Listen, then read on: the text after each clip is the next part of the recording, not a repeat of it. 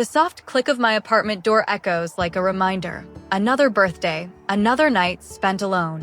My name is Ava Mitchell, and today I turned 30. The funny thing is, if you asked my family, they'd probably forget I even exist. They never really remembered my birthdays. Not when I was 6, not when I was 16, not even today. And yet, just a few miles away, I know what's happening right now. A massive party, chandeliers glittering, laughter spilling across champagne glasses, celebrating my brother, Ethan. Again, I set my briefcase down on the couch, slip off my heels, and stare at the small vanilla cake I bought myself this morning. It sits in the center of my coffee table, a single candle poking up like it's waiting for someone to give it permission to shine. But no one's here. Just me. Just like always. Happy birthday, Ava. My phone lights up, and for one foolish second, my heart skips. Maybe, just maybe, it's them. But no, it's a push notification. Sale on office furniture. Perfect. Even my phone thinks work is all I have. Still, I open Instagram, though I know I shouldn't. And there it is. A carousel of photos. My parents, my brother, his friends, half the extended family I haven't seen in years. Every single one of them gathered under a massive banner. Congratulations, Ethan. Another year of success. I zoom in. There's Mom, her arm hooked proudly through Ethan's. Dad raising a glass like he just crowned a king. The caption reads, "So proud of our star. The Mitchell legacy lives on." Legacy. They love that word. I scroll further. Picture after picture. Cake. Gifts. Speeches. Balloons. All tonight. All on my birthday. My throat tightens as a memory slams into me. 11 years old. I was at a restaurant table, my birthday cake slowly collapsing in on itself as the candle dripped wax. I sat there alone, waiting. They had promised to come after Ethan's regional debate. But the waiter eventually cleared my untouched cake, his pitying smile the only thing I got that day. Another memory. 17. My parents shipped me off to Grandma's on my birthday weekend because they had to tour Princeton with Ethan. It's his future, Ava, Dad had said, his eyes sliding away from mine. You understand. And then 21. My college graduation dinner. I was glowing, proud, ready to celebrate. But Ethan stood up mid-meal to announce his engagement, and suddenly I was invisible again. The entire room had erupted in cheers for him. My achievements drowned in someone else's spotlight. The screen blurs as fresh tears sting my eyes. I slam the laptop shut, my chest heaving. They didn't forget. They chose. They always choose him. And for some twisted reason, I've let it slide for years. But tonight, something shifts. My email dings. I blink at the subject line. Performance bonus approved. $90,000. My breath catches. My biggest bonus yet. Proof of my hard work, my late nights, my constant grind. A small vindication. Then my phone rings. Mom. For a stupid second, hope flickers again. Maybe they finally. Hello. I answer, my voice embarrassingly eager. Ava, darling. Mom's voice bursts through the line, warm and hurried. So glad you picked up. I need a favor. Here it comes. Ethan and Claire's anniversary is next month. I was hoping you could help with the catering, maybe decorations too? You're so good at organizing things. I freeze. My heart drops like a stone in my chest. Mom, I whisper, today was my birthday. There's a pause. A genuine pause. Then she laughs lightly, like she just tripped on the sidewalk. Oh honey, with Ethan's promotion and all the planning, it must have slipped our minds. Slipped their minds. Again. Something inside me hardens, sharper than anger, stronger than sadness. I look at the email still glowing on my laptop. $90,000. More money than I've ever had in one place.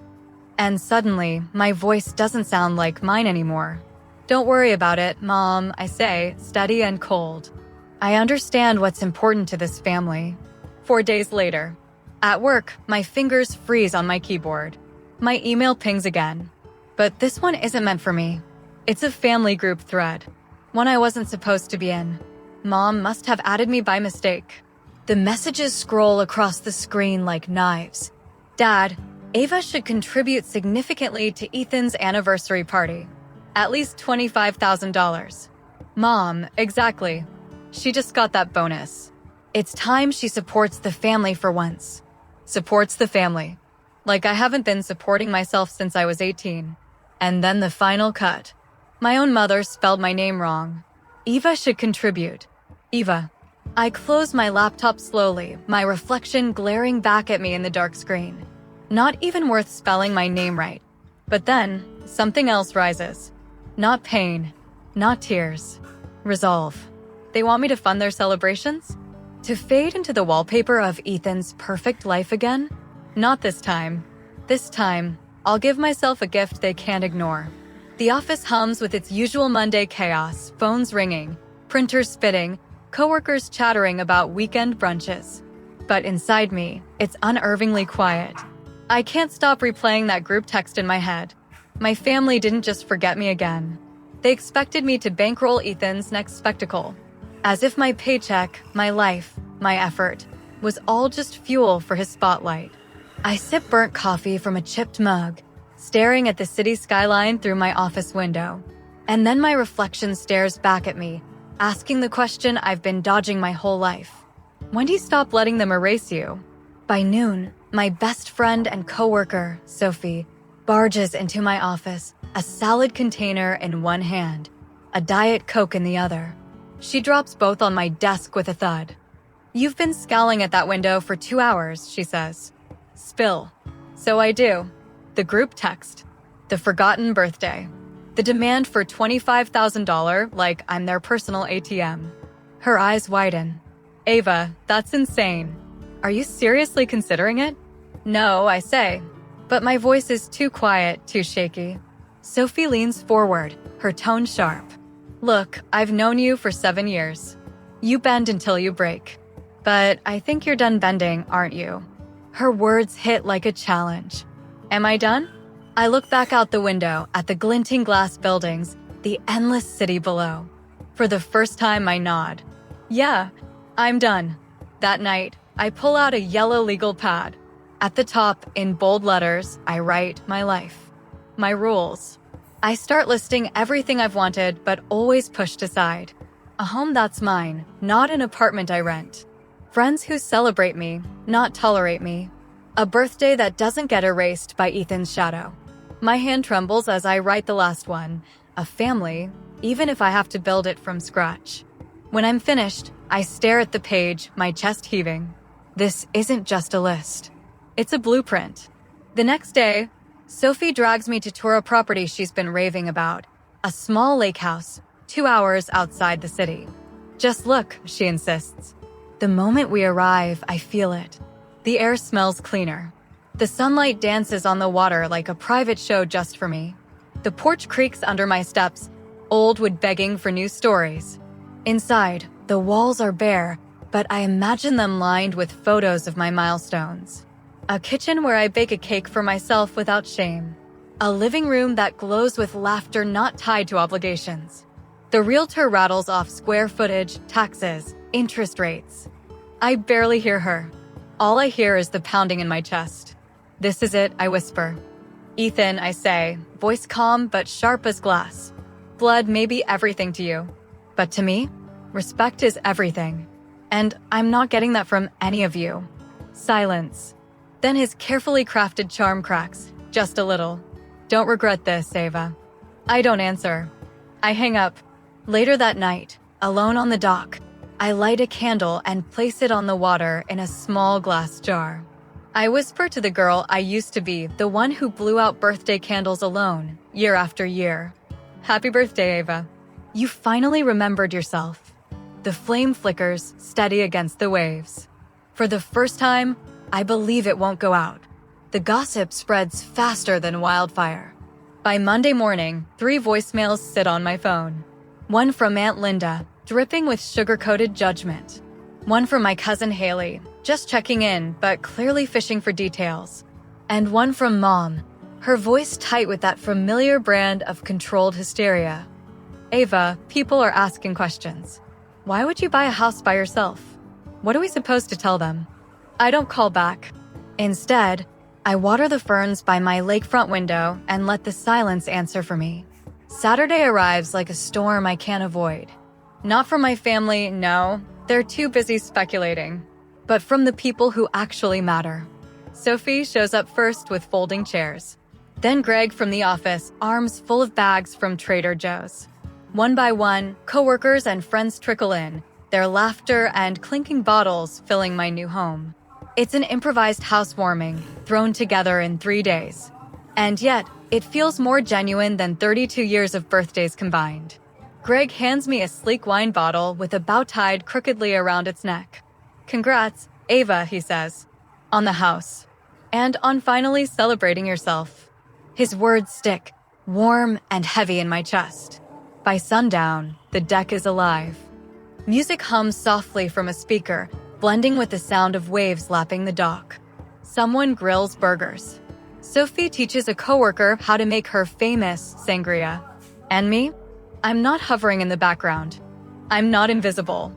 I'm in the center, laughing so hard my ribs ache, cheeks flushed with joy I didn't know I could feel.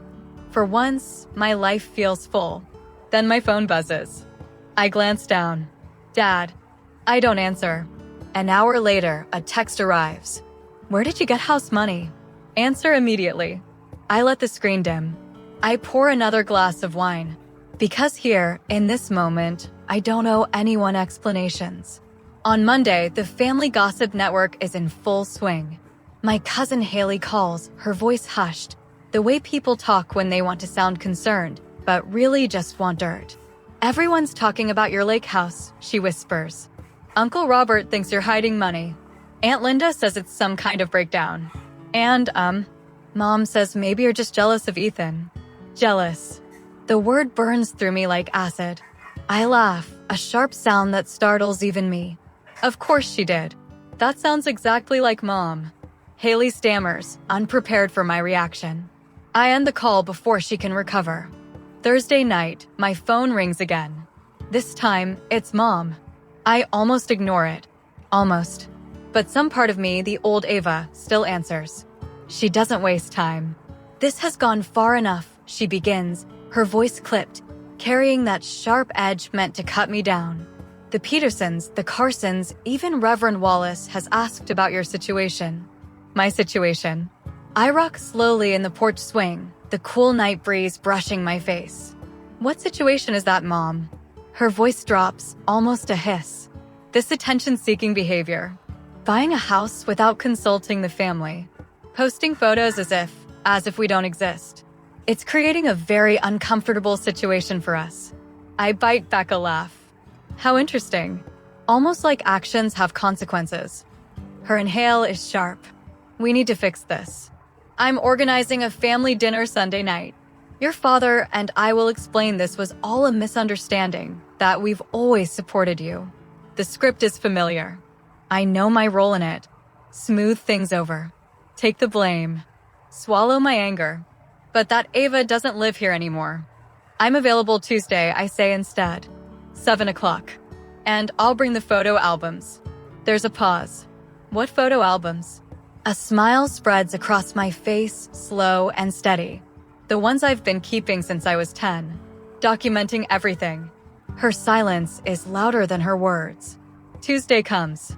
The Edwards estate looms in front of me like a courthouse. Granite steps stretching upward, heavy oak doors waiting to judge. I clutch the 3 photo albums to my chest, knuckles white against the worn leather covers. For once, I'm not the forgotten daughter walking into their world. I'm the prosecutor carrying evidence. The door swings open. Dad stands tall in the frame, silver hair perfectly in place, expression carved from stone. His eyes flick to the albums, then back to me. You're late, he says. No hug, no smile, just criticism. Always criticism.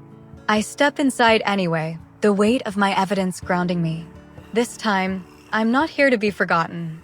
I'm here to be remembered. The air inside my parents' mansion is heavy. Polished wood, chandeliers glowing, the faint smell of rosemary roast drifting from the dining room. All of it feels staged. Mom greets me with a tissue already clutched in her hand, Her eyes rimmed red, but her mascara perfect. "Sweetheart," she breathes, voice trembling on cue. "We've been so worried." I don't answer. I know this performance. The tears, the guilt, the silent demand for me to surrender. Not tonight. Dad strides ahead, commanding the space like a judge taking his bench. Dinner's waiting. Let's keep this civil. The dining room is set with the good china.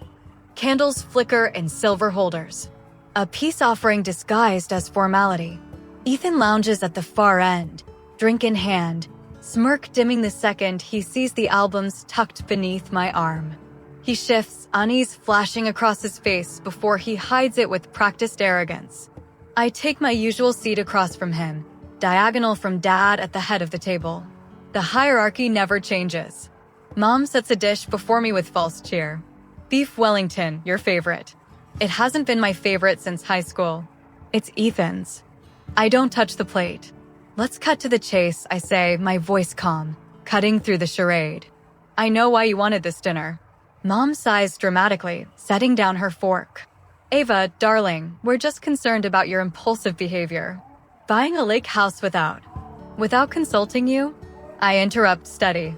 Dad's knife slices through his food with surgical precision. It reflects poorly on the family. Reckless spending, questionable priorities. People are talking. I used my own bonus money. He doesn't even glance up. Money that could have been invested properly. Used for something that benefited the family name. Ethan clears his throat, shifting in his seat. "No one's saying you can't have nice things, Ava. But maybe selling the house would keep the peace. Mom's been crying every night, you know." Mom dabs her eyes, not a single tear falling. "You're breaking my heart," she whispers. The performance is flawless. Almost. I push back my chair. The sound echoes like a gavel. From the sideboard, I lift the first album and place it in the center of the table. "I brought something I thought you should see." Dad scowls. "We don't have time for scrapbooks." "Make time." My voice doesn't waver. Ethan hesitates before flipping the pages. Photo after photo of his birthdays. A castle of presents at age 10. A car with a giant bow at 18. Mom's tears of joy. Dad's proud smile. Page after page of celebration. Now, turn to mine. I slide the second album forward. Mom's hand trembles as she opens it. Empty pages stare back at her. A few scattered photos. Me at 13 with a store-bought cupcake. Mrs. Bennett hugging me on my 30th. And nothing else. There was nothing to put in it, I explain. Because there was nothing to celebrate. Silence blankets the room, heavier than any words. The third album is the sharpest blade. Family vacations. Disney World. Europe. The Grand Canyon. I'm not in any of them. Because I wasn't there, I say. I was left behind. With Grandma. At camp. Or told there wasn't enough money for everyone to go.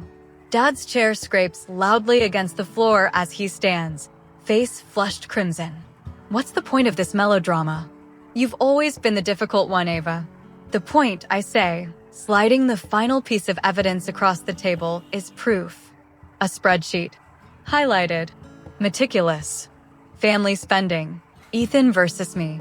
Thousands for him. Hundreds for me. The numbers tell their own story. Mom reaches for the diary page I lay down next. The paper is worn, fragile from years of being folded and unfolded. I wrote this when I was 9, I say. I read aloud. Maybe next year they'll remember my birthday without Grandma reminding them. The words hang in the air, sharp as glass. Finally, I place a photograph at the center. Christmas dinner. 3 years ago. An empty chair set with my name card.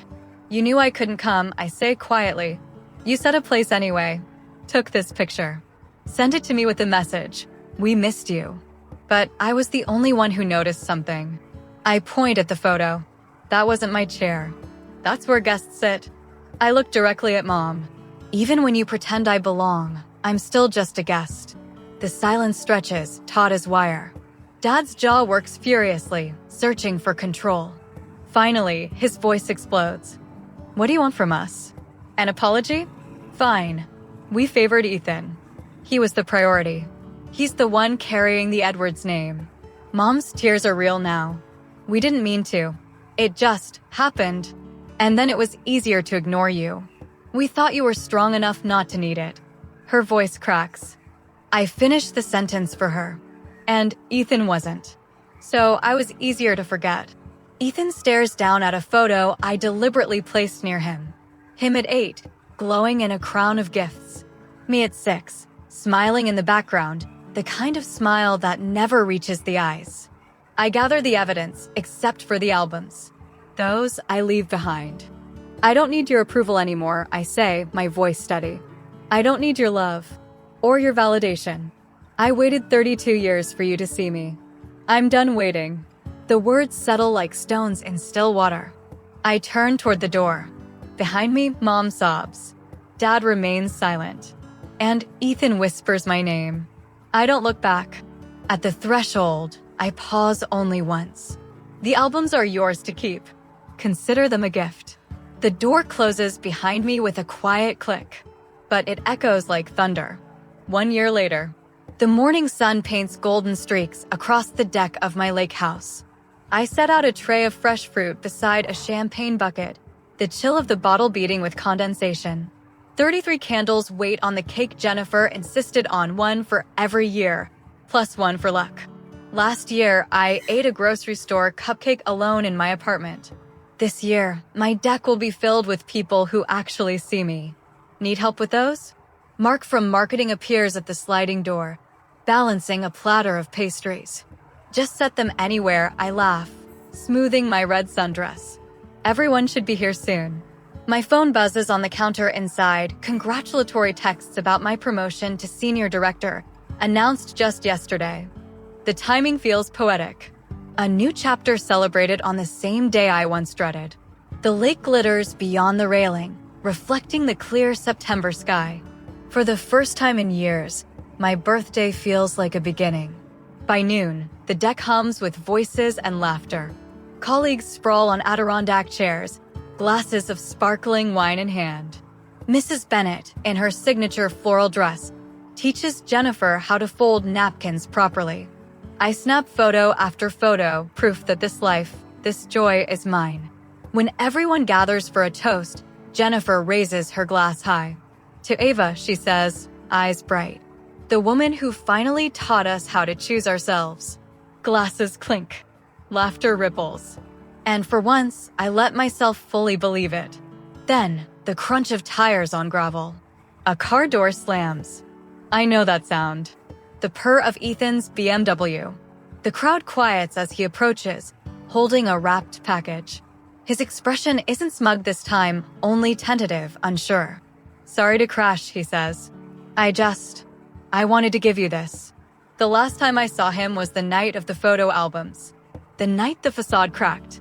I surprised myself by smiling. Join us. Hours later, when the party drifts indoors, Ethan and I sit at the end of the dock. The package rests between us unopened. Therapy's been eye-opening, he admits, staring at the water. Dad still won't go, but Mom's trying. She talks about you differently now. And you? I ask softly. His shoulders slump. I never saw it. Not really. How they erased you while putting me on a pedestal. I thought that was just normal. He pushes the package toward me. Open it. Inside is a framed photograph I've never seen before, me at 7, laughing on the old tire swing in our backyard. Just me. Found it in Dad's storage boxes, Ethan explains. Had it restored. Proof you existed, even when nobody was looking. My throat tightens. Not a solution, but maybe a beginning. A knock pulls me back to the present. Through the glass, I see Mom on the porch, clutching a small bakery box. She insisted, Ethan says. I didn't tell her where until today. Mom's hands tremble as she offers me the box. Inside, a single cupcake, 1 candle, carrot cake. Happy birthday, Ava, she whispers. The rehearsed smile falters into something real. You always liked carrot cake, didn't you? I swallow hard. I did. You remembered. The party is winding down, but I step aside. You can stay for cake if you'd like. Her relief is almost childlike. Small steps. That night, after everyone leaves, I return to the dock. The lake reflects the glow of my house, warm light dancing on the water. Last year, I stared at an empty inbox, aching for a text that never came. This year, I'm surrounded by memories I chose, people who chose me back, and boundaries that protect instead of isolate. My phone buzzes. A message from Mrs. Bennett. Did you enjoy your day, dear? I smile, typing back. For the first time, I truly celebrated myself. Glass in hand, I lift it toward my reflection on the water. To the woman who finally learned that validation begins within. The night air is crisp, carrying the faint scent of pine and promise. Behind me, the lake house glows steady and strong, my sanctuary, my gift to myself. What gift have you given yourself that changed everything?